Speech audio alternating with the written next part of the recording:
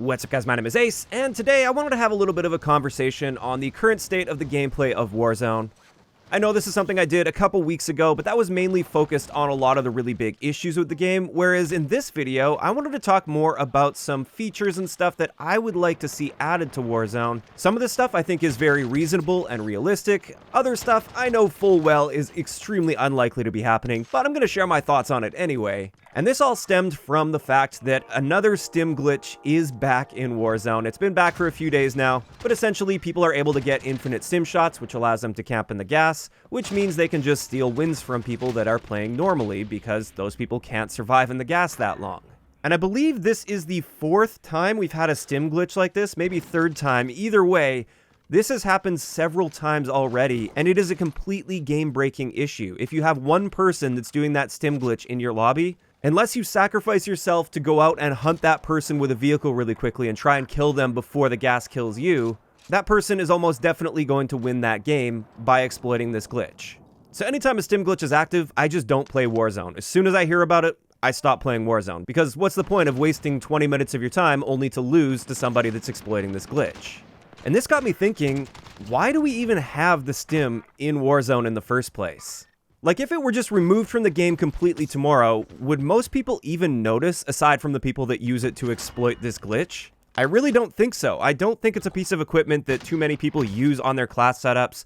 And honestly, for a piece of equipment that is used so little by people that are playing the game properly and not exploiting any glitches, it has caused so many problems in Warzone over the months that I feel like we'd be better off without it. Now, if that's not an option they want to consider and they do want the stim to be in the game, I think the next best thing would be to add some functionality to allow them to vault items temporarily with a hotfix, so they could push that instantly and make it so, at least for the time being, that item is unusable. It won't spawn in the game. If you put it on your class setup, it just won't give it to you when you get your class setup, or it will substitute it for something else.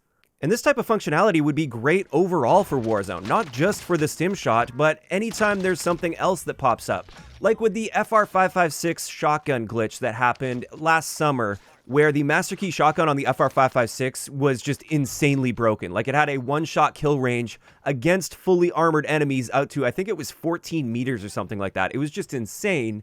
And if they had this functionality within Warzone to simply temporarily vault an item so it's unusable until an update comes to fix whatever issue there is with it, this would be amazing, because then we wouldn't have to be dealing with these issues for many days before they get a fix out for whatever the issue is. Now, I'm not too sure how difficult it would be for them to add this feature. It might be a very complex undertaking with this, but I still think it would be worth it if they want Warzone to be that long-term title that they keep advertising it as. Based on everything they've told us, they have plans for Warzone to continue year after year in integrating aspects of new Call of Duty games as time goes on, and therefore I think it would definitely be worth that investment for the long-term success of this game to add that functionality to vault items in case there's any issues with them. And just thinking about this led me down a rabbit hole of thinking, what other things and features could they be implementing to this game that would help with its long-term success? Like I said at the beginning, some of this stuff I do feel is very reasonable and realistic, and some of it is going to be a pretty big stretch, but I'm going to say it anyway. First up, something I'm still kind of surprised we don't have access to yet, and I do expect this will come at some point in the future, I just don't know when. This is the ability to save blueprints for Cold War weapons. And honestly, I'd like this to also carry over to Cold War's multiplayer as well, but even if it was just for Warzone, it would be awesome to be able to save our attachment combinations that we like for our guns, just to help us better manage our class setups. Like with many of the guns, I use the same setup on them every single time, and I have no plans of changing that, so if I want to add that gun to a class setup, I have to rebuild that gun every time. So it would just be a nice little quality of life improvement if we could save those Cold War blueprints, just like we can with the Modern Warfare guns. Next up, a huge thing that I'm hoping we get at some point in the future is a new version of Warzone for the next-gen consoles. Because as of right now, if you have a PS5 or an Xbox Series X, if you're playing Warzone on it, you're just playing the backward compatibility version of that game. So if you're on a PS5, you're just playing the PS4 version, and this means you're not really getting any extra benefits for your next-gen console. The only benefits you might see would be slightly faster loading times, and then also you might be getting a more consistent 60 FPS rather than seeing FPS drops. But aside from that, there's no other benefits. So if we do get a next-gen version of this game for consoles, the two big features that I really hope we get with that next-gen version are an FOV slider, because as of right now in Warzone, us console players only have one FOV and we can't change it at all. And then also an increase to our frame rate. So boost our frame rate potential up to 120 FPS, for instance. Now, realistically speaking, I think this is probably already in the works. I think we can expect to see a next-gen version of this game at some point, because, like I said, Warzone is designed to be a multi-year title that is going to be continuing going forward, and therefore it's just kind of a no-brainer. As more and more people get next-gen consoles, they will be expecting a next-gen version of this game. But moving on to the next thing I've got on my wish list here, this is some sort of a testing area, a firing range, or maybe just a small area of the Warzone map that allows you to go in and change your setups on the fly and test things out with no time limit or anything, and without having to get like 24 people together to get a lobby even started. Basically just a place where we can go in and make adjustments to our setups and really fine-tune things to make things perfect for us. So we can play around taking off certain attachments, putting on other attachments, and just see how that feels and how that affects the gun in real time. Because as of right now, all we've really got is plunder for this, which, I mean, it does kind of work, and it does allow you to sort of play around with this a little bit. But it's not really a super controlled environment, and I would just like something that's a bit more effective than that. I'm thinking something along the lines of the firing range that we have access to in Apex Legends. I feel like they did a really good job with that, and it would be awesome to see something somewhat similar for Warzone.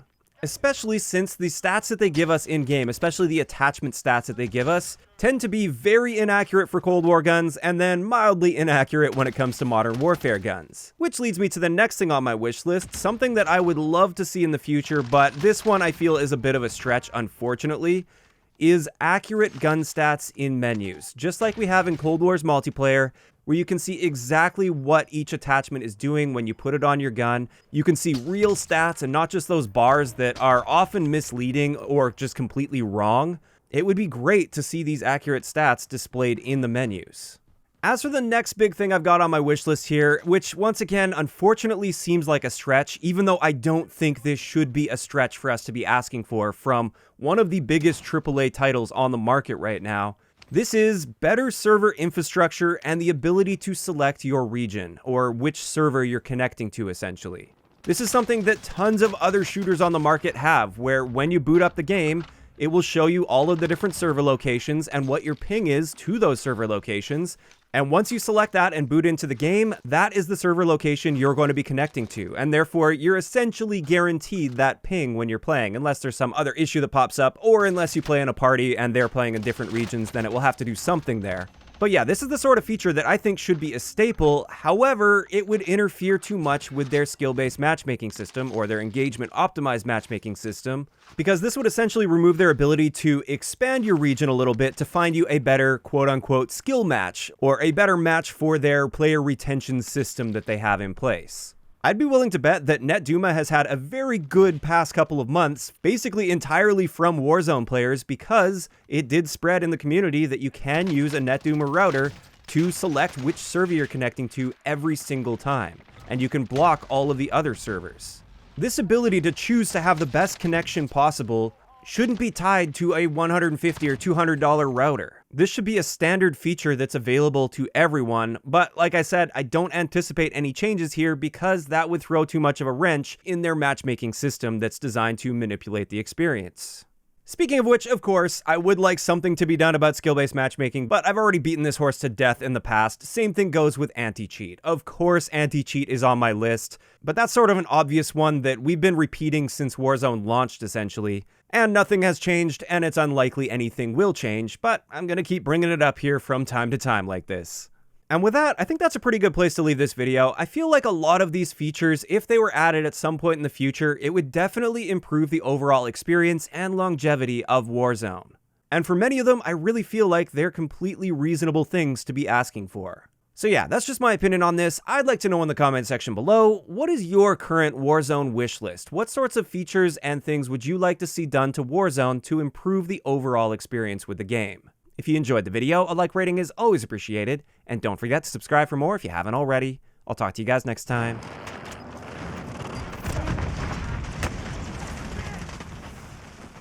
Crap. What do we... Whoa, whoa, whoa!